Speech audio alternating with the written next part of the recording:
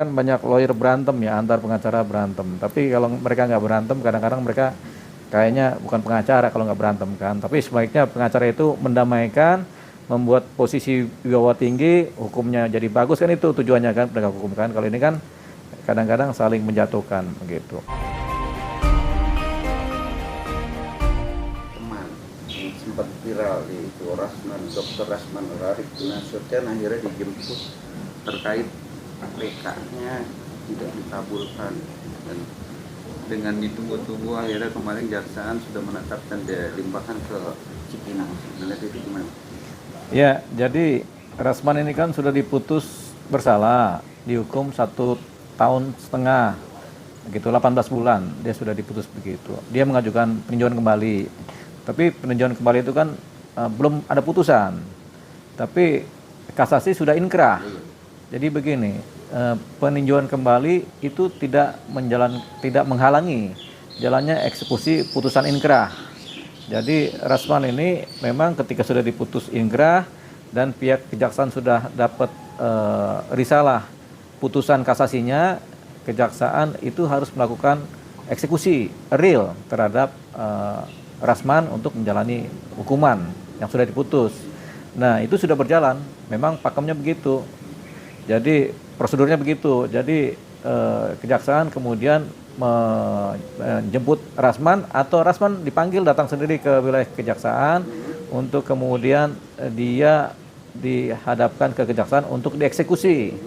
Eksekusi ini tentunya penyerahan pihak Rasman untuk menjalani masa pembinaan atau masa pemenjaraan di wilayah lapas, lembaga pemasyarakatan, dalam hal ini kan di Cipinang. Jadi hari Kamis kemarin itu Rasman sudah dibawa oleh pihak jaksa ke wilayah lapas, serah terima di sana, dan kemudian Rasman pada Kamis sore atau Kamis malam sudah menjalani hukuman gitu untuk jangka waktu 18 bulan. Nah, 18 bulan apakah penuh?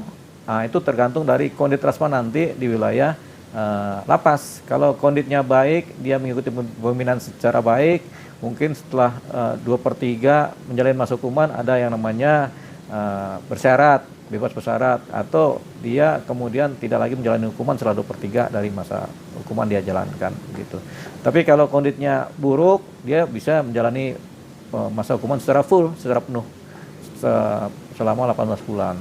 Nah, kita berharap Rasman ini memang kondisinya sekarang kan sudah baik dia kan. Nah, kita berharap di wilayah pembinaan di lapas kondisinya tambah baik lagi sehingga dia tidak harus menjalani hukuman secara penuh gitu. Jadi ada yang namanya kebebasan bersyarat, ada yang namanya juga dapat remisi kalau ada gitu. Tapi apa melihat imam itu biasanya orang kalau namanya udah divonis hukuman dan inkrah, ya kan, dalam proses sudah kewenangan kejaksaan untuk melimpahkan tersangka atau terdakwa untuk ditahan lah bahasanya, itu biasanya dikasih surat. Iya, surat panggilan dulu, panggilan eksekusi namanya, surat pemanggilan untuk eksekusi. Jadi Rasman tentunya sudah diberikan surat panggilan untuk eksekusi. Nah, surat itu tentunya sampai juga ke keluarga kan, jadi mereka semua sudah tahu. Dengan Rasman hadir di kejaksaan dan dia hadir di wilayah lapas Cipinang, tentunya dia patuh secara hukum mengikuti prosedur itu. Jadi Rasman mengikuti apa-apa yang diperintahkan oleh hukum. Begitu. Jadi kita anggap Rasman ini patuh pada hukum sekarang ini. Dan memang itu sudah pernah Rasman sampaikan juga dalam pernyataannya kan, ketika dia harus dihukum, dia patuh sama hukum. Dan itu dijalankan oleh dia. Termasuk juga orang yang gentle Rasman ini gitu. Tapi itu dijemput Bang, bahasa konotasi. Nah, itu tentunya sudah ada koordinasi. Bisa Rasman yang datang ke kejaksaan, habis itu jaksa bersama Rasman berangkat ke lapas gitu.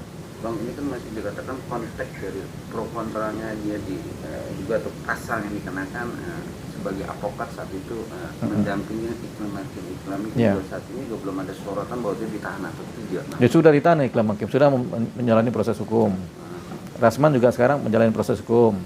Nah, kita tidak akan berbicara tentang material substansi lagi, karena hukum sudah menyatakan dia bersalah.